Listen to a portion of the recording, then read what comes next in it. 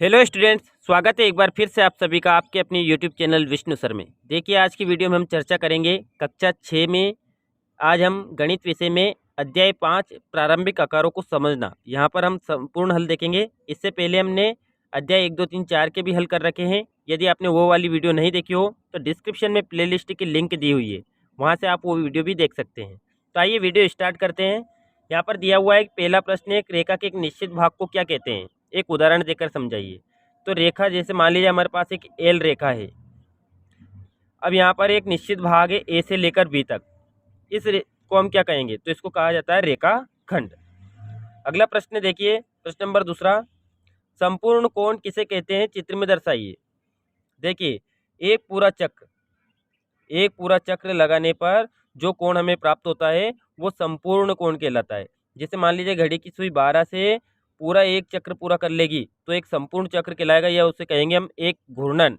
यानी कि एक ही दिशा में दो ऋजु कोण यानी कि 180 के दो कोण, चार समकोण मतलब 90 डिग्री के चार समकोण होते हैं।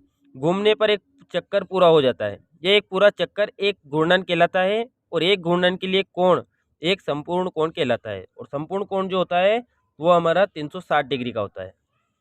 अगला प्रश्न देखिए, प्रश्न नंबर तीसरा, एक चौथाई घूर्णन के लिए कोण का नाम क्या है। तो देखिए, एक चौथाई घूर्णन करेंगे हम, चार भाग बांट ले, अगर 360 के संपूर्ण कोण को चार भागों में बांट दें तो हमें चार समकोण प्राप्त होते हैं। तो एक चौथाई यानी कि एक समकोण, जैसे हमें यहाँ दिशा में दे रखा है चार दिशाएं हमारी, अगर हम एक घूर्णन करेंगे तो हमें एक चौथाई घूर्णन से हमें समकोण प्राप्त होगा, तो उस कोण का नाम क्या हो जाएगा, समकोण। अगला प्रश्न देखिए, प्रश्न नंबर चौथा दिया हुआ है कि ऐसी दो दो स्थितियां लिखिए जहां समकोण, न्यून कोण, अधिक कोण और प्रतिवर्ती कोण बन रहे हैं। तो देखिए, समकोण के हम दो स्थितियां बता सकते हैं। एक तो पुस्तक के किनारे जहां पर समकोण बनता हो, ब्लैक बोर्ड के किनारे वहां पर भी समकोण बनते हैं, क्योंकि वो जो किनारे होती है उनके बीच का जो कोण होता है वो समकोण होता है, क्योंकि पुस्तक की भी चार किनारे होती है और ब्लैक बोर्ड की भी चार किनारे होती हैं। न्यून कोण जहाँ बनते हैं, जैसे कैंची के मध्य, उंगलियों के मध्य, यहाँ पर हमारे न्यून कोण हो जाएंगे। इसी प्रकार देखिए, अधिक कोण जो होते हैं पुस्तक की डेस्क और घड़ी में 4 से 8 बजना, जो घड़ियों की सुइयों के बीच का जो कोण बनेगा वो कौन सा कोण हो जाएगा, हमारा अधिक कोण। अब देखिए अगला, प्रतिवर्ती कोण। जैसे मान लीजिए हमने यहाँ पर दिशा द्वारा दिया हुआ है कि यहाँ पर चार घूर्णन है। चार घूर्णन में यदि दो घूर्णन ऋजु कोण कहलाता है, एक घूर्णन समकोण कहलाता है, यानी कि तीन जो रहेंगे हमारे तीन समकोण यानी कि प्रतिवर्ती कोण। अगला देखिए, एक और ये हमने घड़ी के द्वारा समझा है। यहाँ पर दिया हुआ है 12 से 9, यहाँ पर इस प्रकार का जो घूर्णन होगा वो एक ऋजु कोण आधे से अधिक हो रहा है, इसलिए ये भी एक प्रतिवर्ती कोण होगा। अगला प्रश्न देखिए, प्रश्न नंबर 5वां दिया हुआ है कि निम्न कोणों को चांदे से मापिए और उनका माप लिखिए। देखिए, पहला कोण हमारा हो जाएगा समकोण, दूसरा कोण न्यून कोण, यहाँ पर देखिए तीसरा कोण जो होगा वो अधिक कोण हो जाएगा, और चौथे में यहाँ पर देखिए एक अधिक कोण भी बन रहा है और दो न्यून कोण भी बन रहे हैं। तो इस प्रकार हम लिख सकते हैं समकोण, न्यून कोण, अधिक कोण और न्यून कोण। अगला प्रश्न देखिए, प्रश्न 6 दिया हुआ है कि यदि दो रेखाएं परस्पर प्रतिच्छेद करें और उनके बीच का कोण एक समकोण हो तो ये रेखाएं कहलाती है। जैसे मान लीजिए यहाँ पर अब दो रेखाएं हमारे पास, एल रेखा और एम रेखा।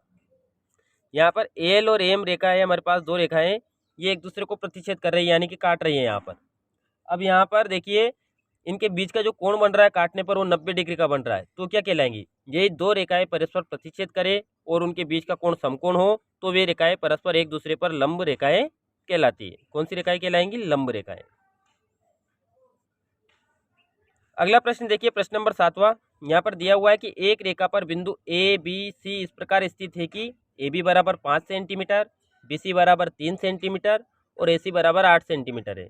इनमें से कौन सा बिंदु अन्य दोनों बिंदुओं के बीच में स्थित है। तो देखिए, यहाँ पर बिंदु बी जो है, सबसे पहले रेखाखंड से समझिए, सबसे बड़ा रेखाखंड है हमारे पास ए सी का जो मान है वो 8 सेंटीमीटर है। तो हमने ए से लेकर सी तक एक 8 सेंटीमीटर का रेखाखंड खींचा, जहाँ पर ए से बी तक की दूरी 5 सेंटीमीटर दी हुई है और बी से सी तक की दूरी 3 सेंटीमीटर देखिए।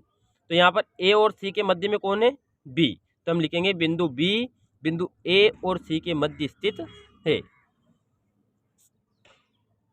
अगला प्रश्न देखिए, प्रश्न नंबर 8वां।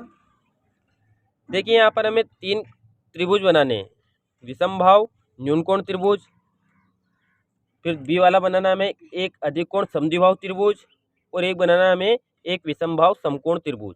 देखिए यहाँ पर जो पहला त्रिभुज है वो विषमभाव है और न्यून कोण त्रिभुज है, यानी कि जो तीनों कोण बन रहे हैं वो कितने कितने डिग्री के हैं, 90 से छोटे, यानी कि समकोण से छोटे रहते हैं, वो न्यून कोण कहलाते हैं। बी वाले में देखिए अधिक कोण समद्विभाव त्रिभुज, तो यहाँ पर ए पर देखिए एक अधिक कोण बनेगा और बी और सी पर न्यून कोण बनेगा, तो ये अधिक कोण समद्विभाव त्रिभुज है और ये दोनों भुजाएं बराबर है, इसलिए एक समद्विभाव त्रिभुज होगा। और सी वाला देखिए यहाँ पर हमें एक समकोण विषमबाहु त्रिभुज बनाना था, तो यहाँ पर देखिए एक समकोण यानी कि 90 डिग्री का कोण बन रहा है, इसलिए समकोण विषमबाहु त्रिभुज कहलाएगा। आइए अगला प्रश्न देखिए, प्रश्न नंबर 9। देखिए प्रश्न नंबर 9 दिया हुआ है कि प्रत्येक बहुभुज का नाम लिखिए, तो यहाँ पर बहुभुज के नाम लिखने हैं। तो देखिए इसमें कितनी भुजाएं, 1 2 3 4, तो ये चतुर्भुज कहलाएगा। ऐसे इसमें देखिए 3 भुजा वाला त्रिभुज, और जिसमें 5 भुजाएं, इसमें देखिए 1 2 3 4 और एक ऊपर 5, तो इस प्रकार ये पंचभुज कहलाएगा। और यहाँ पर देखिए 1 2 3 4 5 6 7 8, ये अष्टभुज कहलाएगा,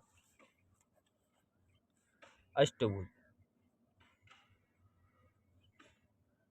8 भुजा वाला अष्टभुज। अगला प्रश्न देखिए, प्रश्न नंबर 10वां। घड़ी की सुइयों की स्थिति निम्न प्रकार बनाकर कोणों की जांच आरए टेस्टर द्वारा कीजिए। अब यहाँ पर देखिए 12 से 2 तक जाना। अब यहाँ पर देखिए हमने घड़ी, हम प्रकार की सहायता से घड़ी बनाएंगे, उसमें समय देंगे 12 1 2 3 4 5 6 7 8 9 10 11 12। अब यहाँ 12 से 2 तक जाना, तो 12 से 2 तक जाना कौन सा कोण बनेगा हमारा, न्यून कोण। इसे अगला देखिए बी में हमें कहाँ से कहाँ तक जाना, 6 से 7 तक जाना, तो यहाँ पर 6 बजे से लेकर 7 बजे तक के बीच का कोण भी कितना रहेगा, न्यून कोण। अब देखिए यहाँ पर सी वाले में देखिए 2 से 5 तक जाना, तो यहाँ पर 2 बजे से हम 5 बजे तक जाएंगे, तो यहाँ का जो कोण बनेगा वो कौन सा कोण बनेगा, समकोण, यानी कि 90 डिग्री का कोण बन रहा है, तो वो समकोण कहलाता है।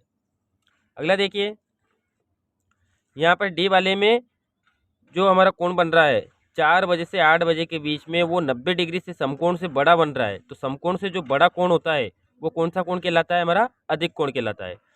तो यहाँ पर देखिए अधिक कोण होगा, पहला वाला ए वाला न्यून कोण, बी वाला न्यून कोण, सी वाला भी न्यून समकोण हो जाएगा, और अधिक कोण न्यून कोण, तो वह कोण जिसका मान 0 से 90 डिग्री के बीच में हो, यानी कि समकोण से छोटा हो, वो न्यून कोण।